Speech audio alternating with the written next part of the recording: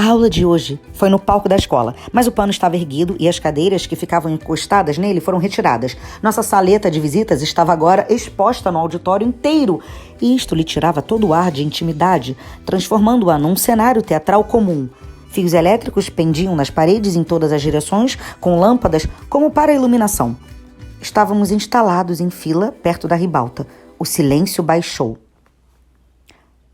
Qual das moças perdeu um salto de sapatos? Perguntou de repente o diretor.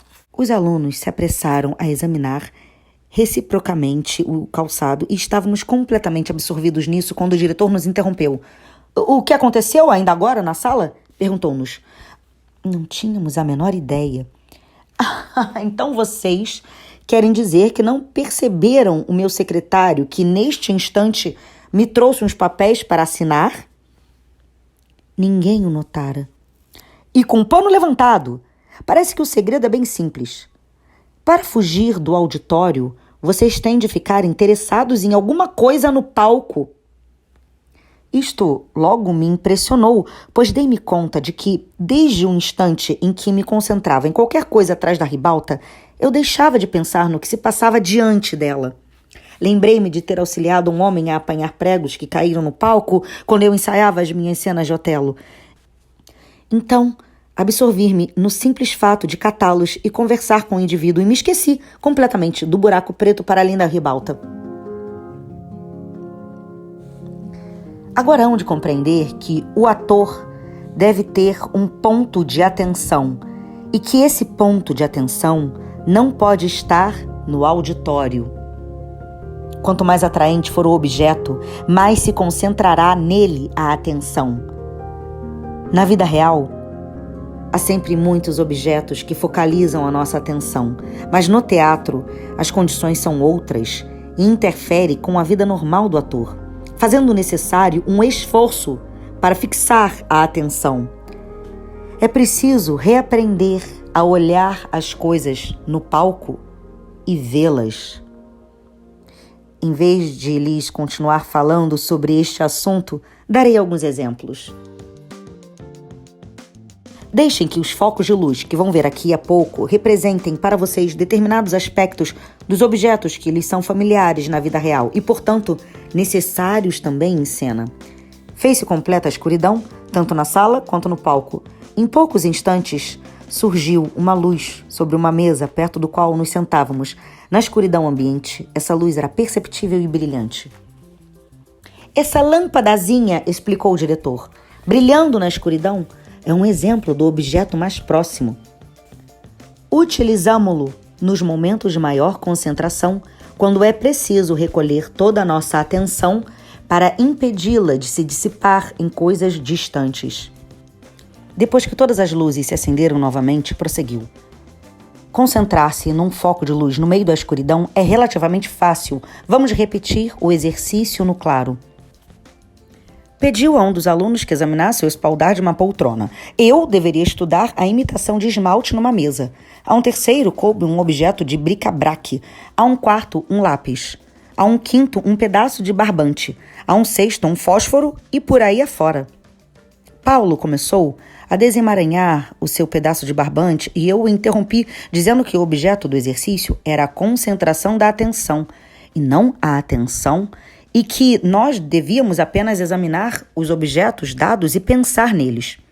Como Paulo discordasse, fomos expor a nossa divergência ao diretor, que disse: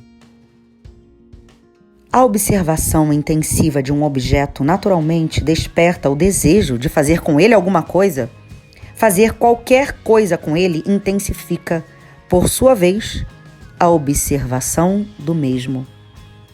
Essa inter-reação mútua estabelece um contato mais forte com o objeto da atenção de vocês. Quando voltei para estudar o padrão do esmalte no topo da mesa, tive vontade de esburacá-lo com algum instrumento pontudo. Isto forçou-me a olhar o desenho mais de perto. Enquanto isso, Paulo se deixava entusiasticamente arrebatar pela sua tarefa de desatar os nós do barbante. E todos os demais se ocupavam com as coisas ou então observavam atentamente os seus respectivos e diferentes objetos.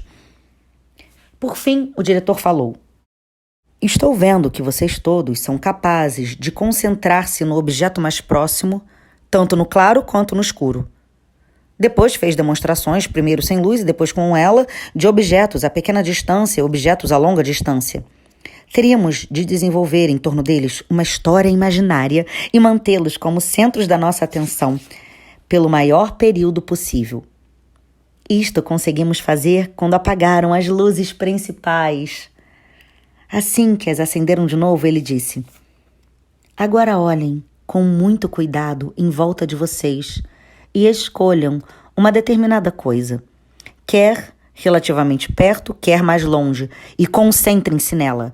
Por toda parte ao redor de nós havia tantas coisas que os meus olhos, a princípio, corriam de uma para outra.